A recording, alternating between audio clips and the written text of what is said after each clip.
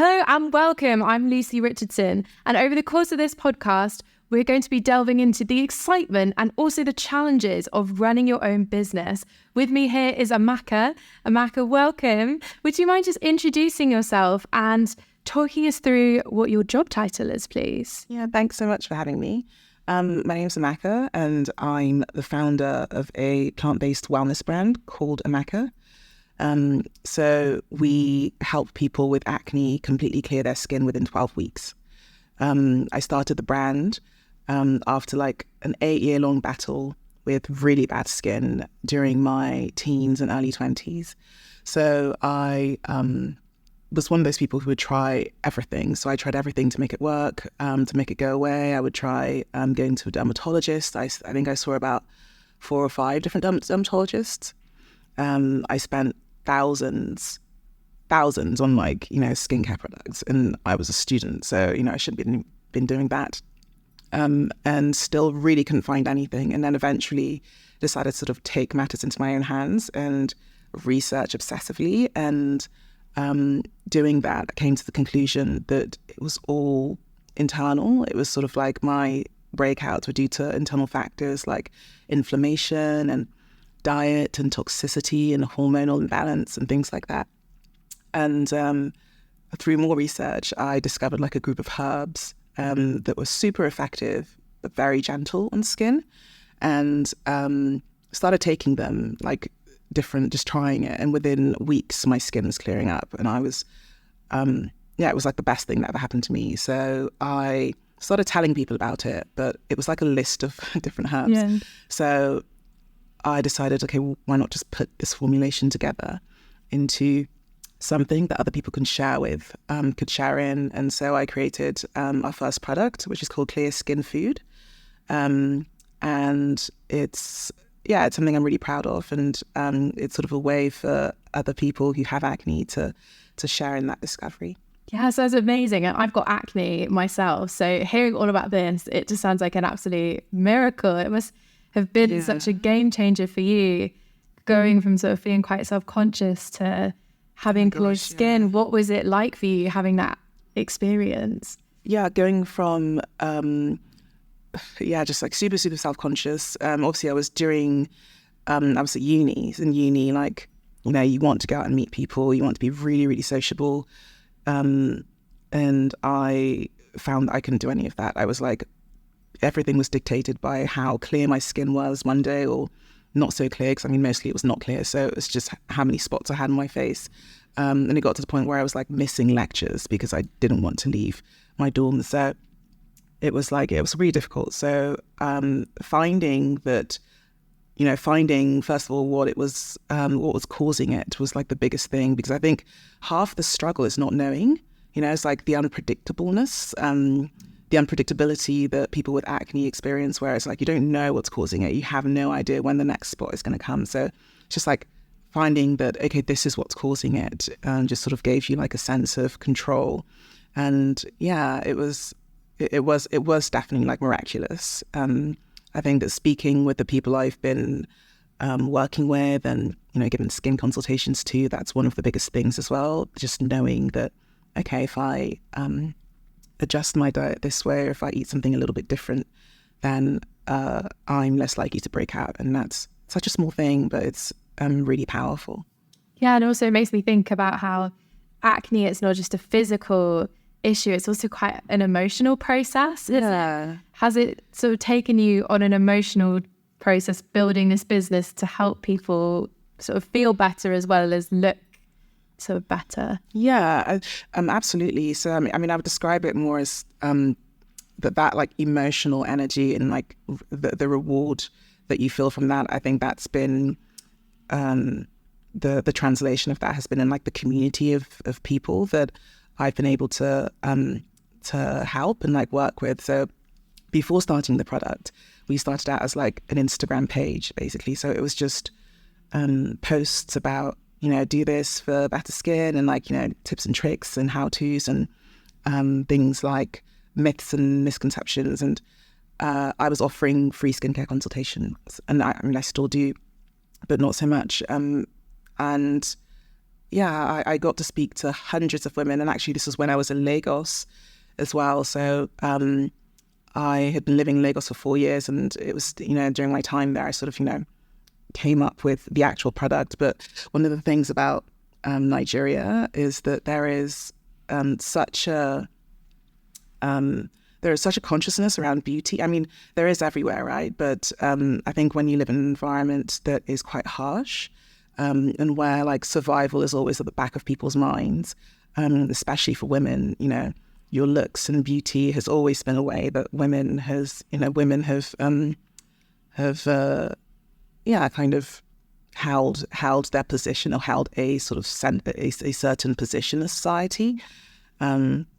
So yeah, it was something that people kind of felt like people were, people connected to you like quite easily, and it was very important to them to, it's very important to them to look a certain way and to look their best, because I would say that in Nigeria, sort of being a woman who is attractive or perceived as good looking, just guarantees a certain status, and a certain position, certain privileges, and unfortunately, but part of doing that is just looking is like having great skin. So you would have people who don't have a lot of money, but they will be spending loads of money on skincare products. And the other thing actually about this product is that because it does work internally, one of the things I found out was that if you have darker skin, when you get a spot, you get a mark.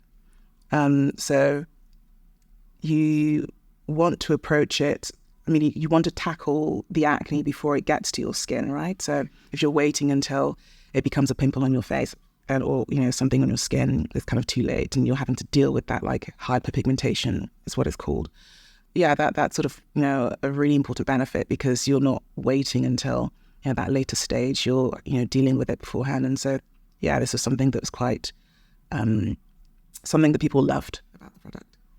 Yeah, I think your perspective must be so.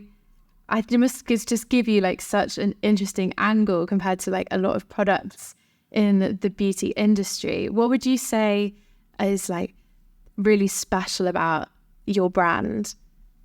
I think that what sets it apart from other products that you tend to see on the market is the fact that it is working to address the internal, the root causes of acne, which not a lot of people know about. So I'd say at least 95% of acne treatments on the market are spot treatments. So they're things like toners and cleansers and things that you apply on the spot once it's already there, rather than things that deal with the pathway that happens to sort of get the spot there in the first place. So we call these things band-aid solutions. So sticking a plaster and hoping that it doesn't return. So what sets this apart is that you are tackling things it has ingredients that tackles things like androgen increases in the body, inflammation in the body. So things like toxicity. So one of the reasons that we have inflammation is that there is a buildup of toxins, usually in the liver or in the lymphatic system. One of the amazing things about this product is that it's kind of like a liver detox, like a liver cleanser. And the liver is one of the most important organs for having clear skin. So a lot of people may find that after a night out on a bender, drinking loads, they will usually break out, their skin will sort of, flare up. And, that's usually because of that, alcohol in the liver. So, it's that, it seems like something so tiny and insignificant, but it's so powerful, just recognizing that you approach it from the inside and not from the outside. It's such a minor shift, but it makes a world of difference. Yeah, that's so interesting. I never knew that. And also I was thinking I've spent so much money on sticks, creams, slapping it all on my face. And what you really need to do is be sort of going into your actual internal organs. I mean, what have you found that works? What do you use when you're... Mainly things are proper skincare and just investing in things that don't have perfume in or things, there's so much stuff in skincare that I feel like scents or colours or packaging that you pick up because it looks nice, and then actually you just need quite simple things and just not touching your face as much. But I feel I should try this now. I feel really you've sold me. But I was thinking, you've built this incredible business. Because you kind of explained a bit, but I'm keen to kind of dig into that a bit more. So you obviously had this idea of what you wanted to do, or you sort of had found that this helped you. What steps did you have to go through before you turned this into your kind of source of income? So many steps, and it's still kind of, it's still in its very early stages. So I think the most important thing was like starting. It sounds like everybody says that, just start. But I think that's, like sometimes the way doesn't really appear until you start walking down that road. So, starting and then just really enjoying it as well, because I really do love the process of, telling people about it. Like I can talk about this in my sleep, and when, a little piece of information kind of changes somebody's approach, and, they start seeing great results from that. So I think just, like having that passion in the beginning, but in terms of saying, okay, I want to make this into a product, just, I took like, different stabs at it, and, I failed a couple of times, because I sort of, I would do things where I would put like the carriage before the horse and spend money in things that I thought were important, but, really wasn't that important. Just planning, I think, and maybe like having a sense of what other people who have done this, have done. So I watched a lot of podcasts, and like eventually just decided to go and contact like different companies who formulate products, and shopped around and tried to find one that works for me. And then over a period of like 18 months, we just went back and forth, like, formulating and iterating the formulation, and to get the best formulation in terms of like biodiversity and potency and keeping it gentle as well. So there was that. And I think also just like I'm by the way, I'm not saying this in any particular order. I'm just sort of like saying the main things. No, of course. So there was like the design part of it, which is actually something I've really enjoyed, and probably one of the, if I'm being honest, like one of my main motivations for even starting it, because I would always see these different products like you talked about, the packaging's always so beautiful. It's just like, you don't even read what's on it. It's just like, I want this on my shelf. Bits of silver on my face. But for me, like I loved these the sort of packaging that had like the contrasting colors, like you'd have like purple and like orange or yellow and like it must have like a gradient. Like very sleek and design. So I was really caught up in that. So I spent way more time than I should have done just picking colors and things like that. And so I had like a first iteration, and it was actually called Hero Skin. So that was the name of the brand when I first started it. It's called Hero Skin, and it was like a yellow and blue packaging sort of thing. And then got bored. Well, I not got bored, but I sort of, I evolved, and I said, actually, no, I want this to be like more fun, and I want the product, that it comes in to kind of communicate that. And and then I couldn't decide on a colour, so I just went, I'll have all of them. And so that's what the bottle is now. It's like this white bottle of like, the logo is like 5 different colours. So I spent a lot of time working with designers to sort of come up with that.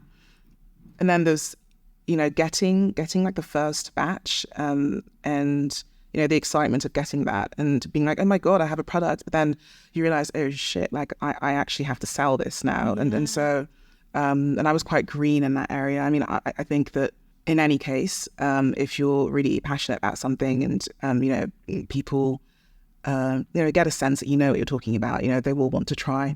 But, that's kind of just one method, right, of like selling. There are just so many other ways, like the online marketing and playing around with like ads and, building a community and doing it in a way that was intentional as opposed to just something that I happened to be doing. So, I think those are the main things, like sorting out the actual, inventory and like the product itself, the thinking really, really deeply about, what does that look like and what is the experience that I want people to have when they interact with that product.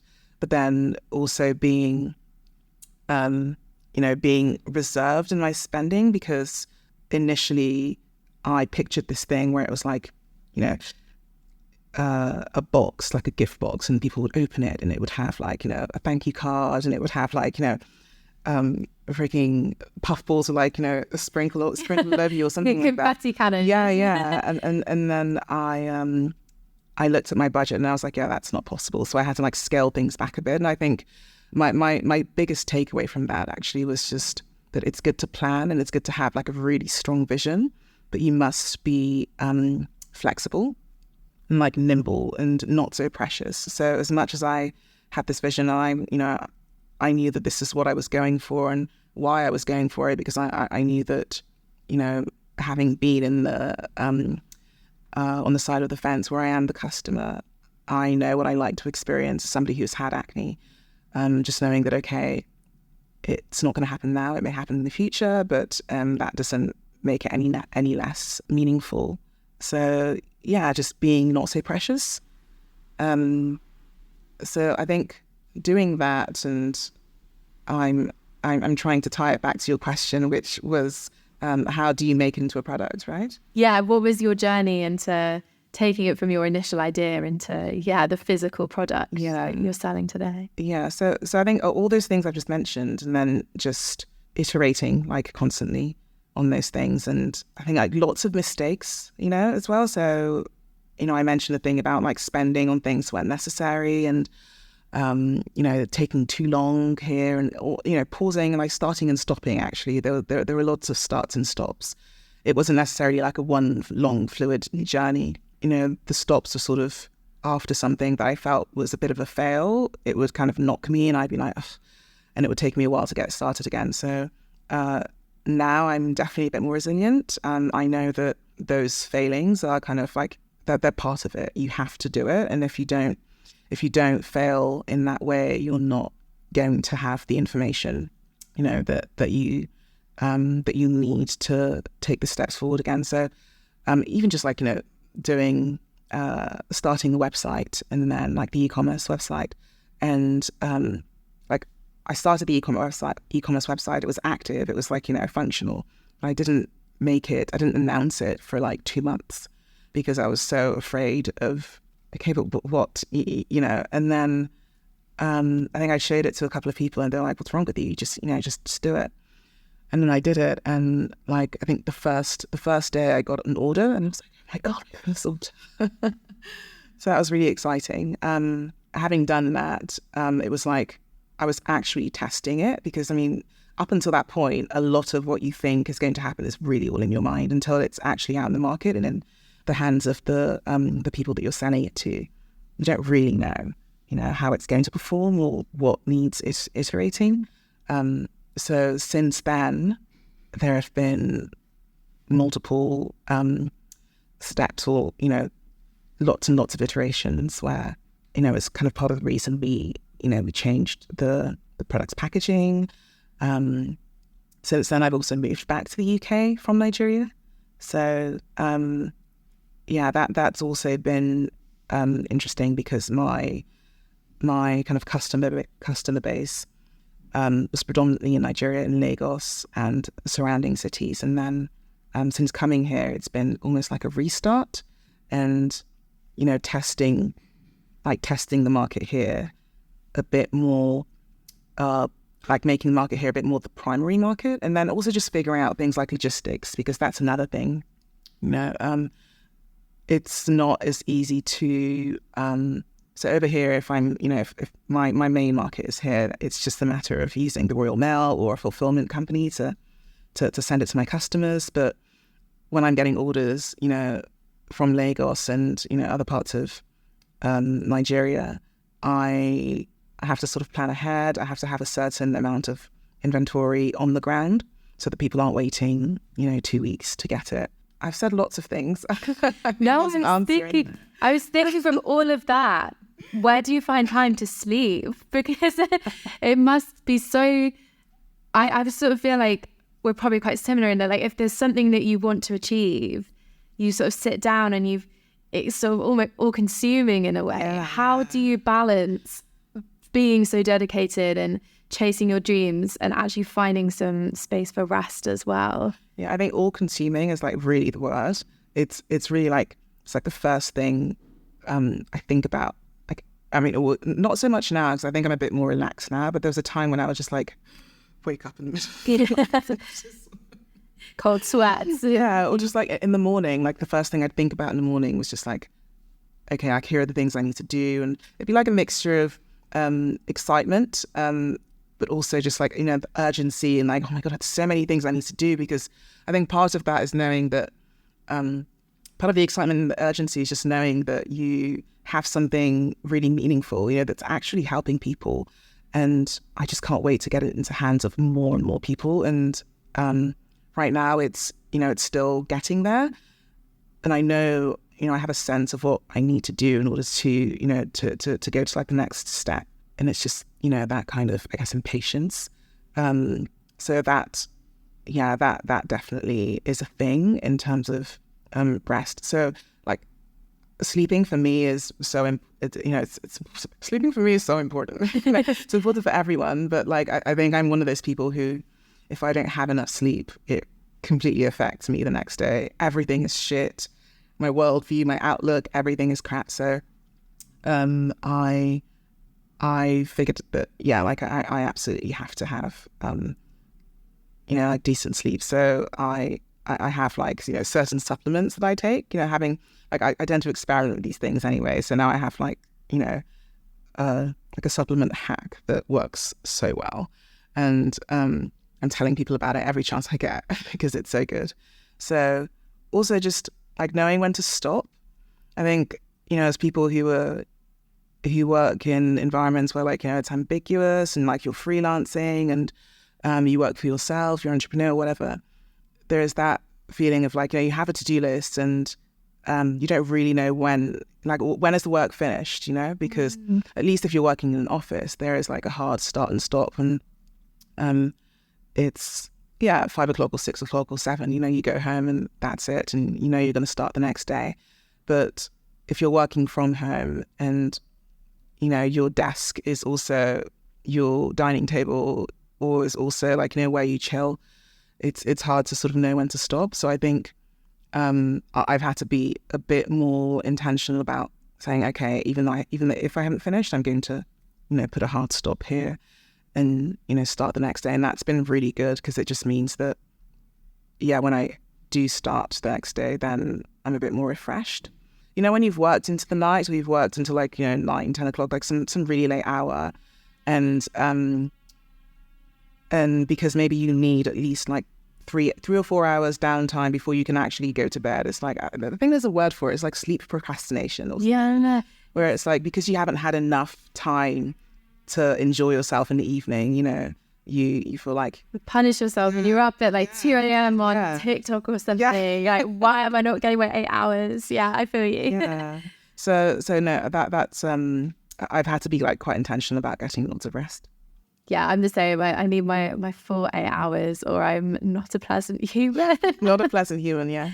But it seems as well, and I wonder if this is a fair assessment, but it seems like you're also a bit of a perfectionist. Would you say that's fair as well? Yeah, I am a bit of that. And it's something that, the thing is like I'm a perfectionist, but I'm also like an overthinker, So it's something that's quite like, God, like making decisions is so hard. Like I wish I was one of those people who didn't really get attached to things and, just did it and didn't really care. So I think, we were talking about just knowing that making mistakes is part of the process and failing is part of the process. So I think having that in mind now, I'm a bit more relaxed around, okay, I'm going to try it. If it doesn't go well, then that's fine. Because I think beforehand it was a case of, this has to be perfect, because if it fails, then oh my God, but when you accept that that's part of it, it's a bit easier. But yeah, for sure, I'm definitely like a perfectionist. And it's hard, I guess, because I was thinking about your brand specifically, that your brand name is your own name. How do you separate Amaka the brand from Amaka the person? Because do you find that a lot of your kind of self-worth or your identity is attached to running your own business? Yeah, unfortunately, I think a lot of, if you're running your own business, it's probably because you love doing that thing, right? And when you love something, it becomes like your baby, and it's hard to sort of detach that from that sense of worth. And also, there are so many examples of people making it and killing it and crushing it, and who are doing what they want to do. And it's hard not to compare yourself and compare, like, the road that you're on. But I think that, I chose the name Amaka because I think, first of all, I chose it because, it was Hero Skin before, and then it became Amaka. And I think I just couldn't decide on a name. And I was like, if I pick another name, or if I, find something else, I'm probably, how am I going to feel about it? I don't want to keep changing it like every 3 years. And so I felt like Amaka was quite fitting, because Amaka in my language, in Igbo, means beautiful. And I felt like, it was a good word, just because I don't think I've always embodied what it means to be beautiful, just because, when I was having like my skin issues, it was really, really tough. And so I was like, actually, no, finding this has been some sort of, breakthrough. And I want others to be able to feel beautiful in their own skin, as opposed to feeling beautiful because they're covering it up with makeup or applying something. So yeah, that's something that it's actually like a pillar and a value, and I don't think I'm going to change it anytime soon. So it worked. It worked in terms of the concept of the brand, but also, for practical reasons, sort of rein myself in. That's such a beautiful thing. Like, there's so much meaning to it, and clearly a very personal project to you. How did you balance your values with the sort of commercial market? Because you mentioned that earlier. Yeah, how do you kind of stay strong in your convictions and your vision when you're also kind of competing with, the commercial market? Well, when you say the commercial, like, you mean what other brands are doing? Yeah, the sort of competition side of things. Have you felt that you've been asked to change things, or how have you handled all of that? Yeah, I think actually it's another thing is, like, you probably know, if you're making something or you're filming something, you send it to lots of different people and like, what do you think of this? And you gather opinions. But I think, it's good to do that, but to a point, because there comes a time where, like, you have to it has to be your decision. And also you have to get to a place where you can trust yourself. I think at the start I was very much like, I would make one little step and then I would send it out to like my group of, people, friends who I would get opinions from. And well, maybe it was, I started to feel more and more confident, because it was like, I made this decision, and I think maybe I started to feel more confident in my own voice, and like trust my own instincts a bit better. Even if you're looking at other brands and what other people are doing, it's just really important to go back into yourself and remind yourself that it's you're on your own journey, like you're on your own path, and it's not like, it's good to have reference and see, okay, this can be a cool idea and I can take something from this, but ultimately it's like, it's all in your own time kind of thing.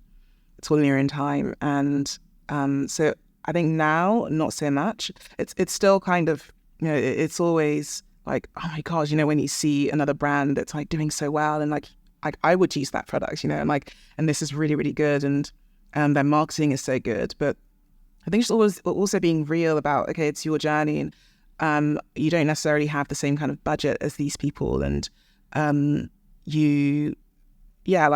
the longest time it's been like you're a one-man band. So I think just having a bit more grace, and giving yourself a little bit more, just being a bit kinder, to yourself helps, but it's still tough, it's just the way of sort of momentarily, removing that feeling of comparison. Comparison's so hard. I feel I'm the worst. And social media, it's so easy to look on and see like, oh, so-and-so's got an award, or oh, nice, they're doing really well. Yeah. I find sometimes I understand it in theory, not to compare myself. And then in practice, it's so much harder. Yeah.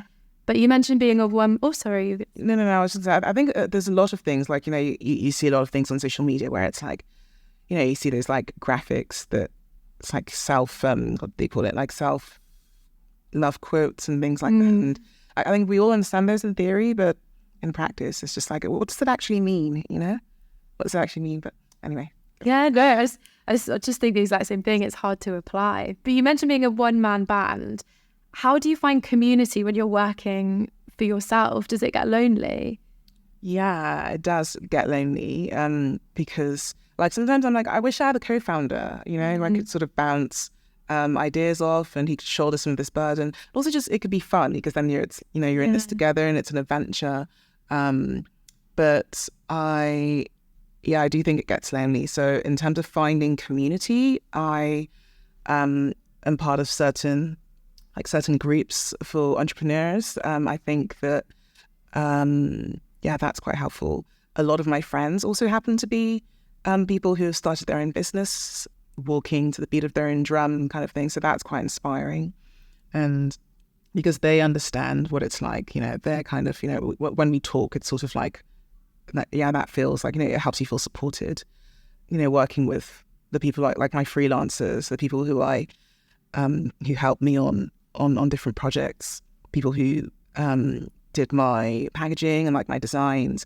I've worked with them now for like 3 years, and it's quite nice, because they sort of know my language and they know like my style, and so it feels good to be like understood like on that level, and people who have done things like the website, and it's probably not what you're asking in terms of like finding a community, but just having that relationship, like that kind of working relationship, can be quite helpful. I mean, I think as far like other than that, I think I'm probably still building that community. I haven't decided where I'm going to find a co-founder. That's hard actually. Find a co-founder. God, that's tricky. At some point, so that may be something that'll happen. And that made me think actually that's, at least for me, it was quite surprising because I guess it's quite a common misconception about people think working for yourself, you're kind of flitting around, but it seems like actually you've been able to kind of build and sustain some ongoing partnerships through your work. Yeah. I think it's like what, you were saying earlier, that when you meet people you've worked with over, the course of a few projects, and it's just easier, isn't it, to sort of continue working together because you understand them, they understand you, and it's quite I don't think it happens very often, so I count myself quite lucky when I have met people and then I'm like, okay, this is something that we want to continue doing for a period of time, because ultimately I know that they're on a kind of hustle as well, like they're business owners, so it's like a sort of give and take relationship. Yeah, no, I can imagine that. I was thinking, are there any other things that has surprised you on this process? Was working for yourself what you thought it would be? I sort of, stumbled upon this by like accident. I never set out to work for myself as a thing. I actually really like security. I actually really like just knowing what to expect. Yeah. Wow, so this has really been like a whole load of unexpected. Yeah, wow. I'm like the worst person, to go on a journey like this. So maybe because I don't have any expectations, that it's like anything that does come my way, I kind of have been able to take it on my stride. There are times where it's been really, really tough, and I'm like, I know they say starting your own business is really hard, but is it like hard like this kind of hard, or you're like, where's the quit button? I'm kind of down. Like, why am I doing this? Because you're the only one putting yourself through that. You don't have a boss being like, get to work. It's just you. Like, I remember in Lagos actually one time, I had this is when I had this vision of like what the box was going to look like, this beauty box. And I was like, okay, I want it to have like a logo in the front. And then like when you open it, there's going to be like a little like thank you note. And it was really sophisticated. And I had contacted a few designers that I thought could do it. You know, a few of them got back to me and I went with one. The thing about Lagosian, like, the thing about Nigerians, you know, it's sort of like in Nigeria, I hope, like, you know, I don't get, you know, killed for saying this. But, like, cancelled. yeah, but like they're very quick to say yes to opportunities and high jobs, regardless of their competence, regardless like whether or not they're able to do it. Yeah. So if you say, you know, can you build me this jet in like, you know, 2 days, or they'll be like, yeah, I can do that. I can do that. You know, like, of course you can't. Yeah, but they won't say no because they'll, you know, they'll say yes. They want the business, and then they'll want to sort it out like afterwards. So I think I was in one of those situations, and so I had paid them like I think half the money. It was still quite a lot of money to do like a load of them. And after a few days, he said he was going to give it to like, you know, give it back to me or get back to me with like the iterations. And I didn't hear from this guy. I didn't hear from him, and I was so, you know, I was like, okay, let's stay calm. You know, maybe he's just delayed. And you know, I called him, and I didn't get like any answer. And then eventually reached him at one point, and he was like, I was like, yeah, like, what happened? We were supposed to reconnect on this. And he said, yeah, well, you know, it's really difficult. Like, I don't think, you know, the design that you asked for is not something that actually can be done, because like sort of giving me all the reasons why it wasn't going to work. Yeah. Like, you just told me this. Having taken your money as well. So yeah, you basically took your money and well, like, ran away. Yeah, so like half of it, you know, the deposit. So I was like, okay, well, can you just give me the money back? And then he was like, well, we already started it. So no, so he wouldn't give me the money back. And my God. I was so upset because I think I'd had enough, because this wasn't the first time something like this had happened. So I went on full kind of investigation mode, and I went on his like Instagram account, and then had contacted somebody who had sort of done a job with him before, and then together.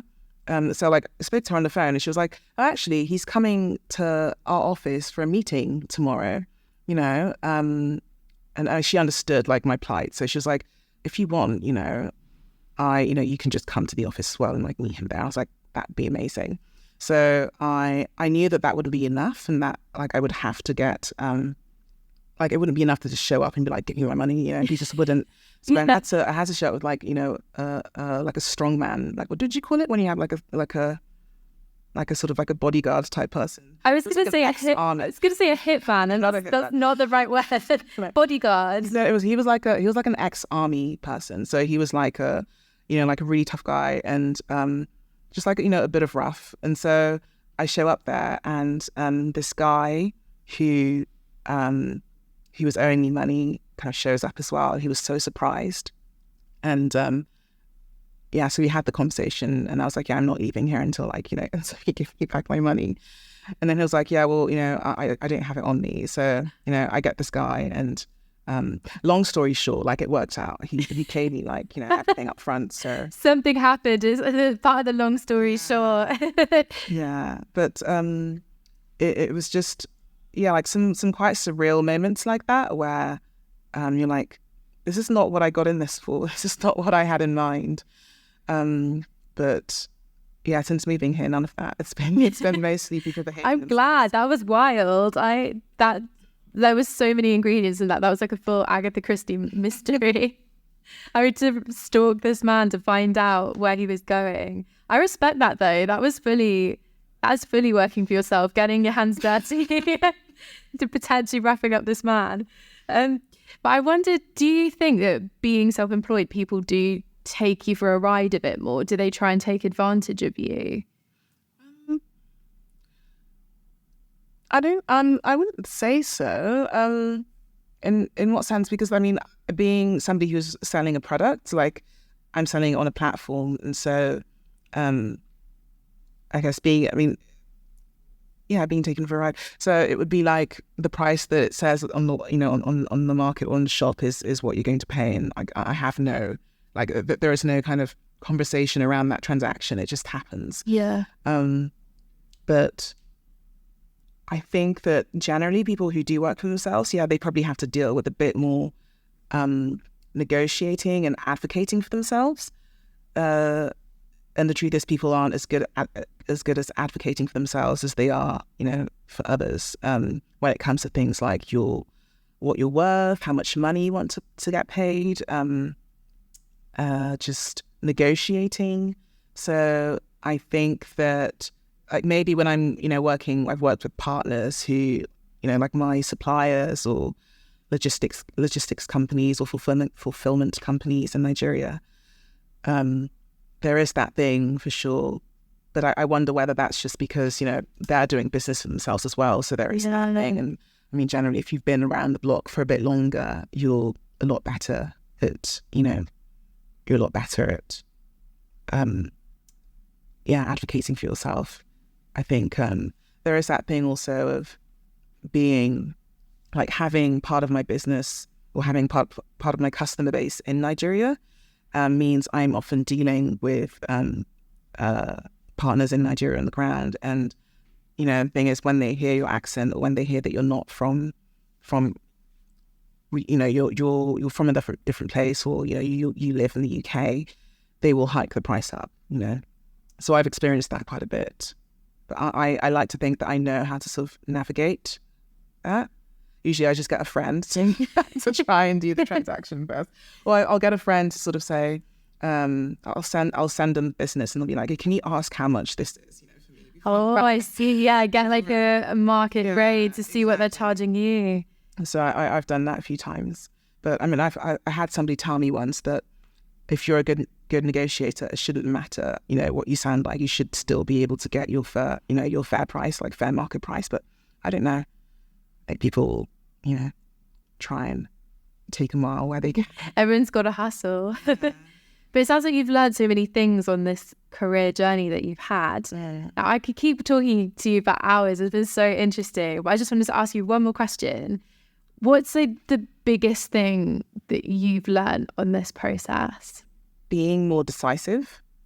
I think, when we talked about being a perfectionist, and all of those things, like, so being a perfectionist and someone indecisive and somebody who overthinks, it's like the worst combination to be somebody who owns your own business. So in a way, those were traits that I think I kind of knew I had, but never really, it was never an issue.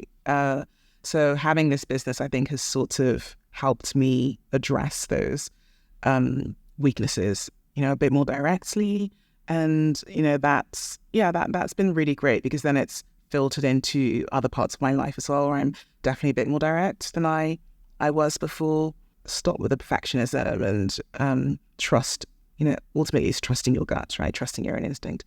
Yeah, so the way that you would have other people's opinions in high regard, it's just knowing that I know that I think this because I have a history of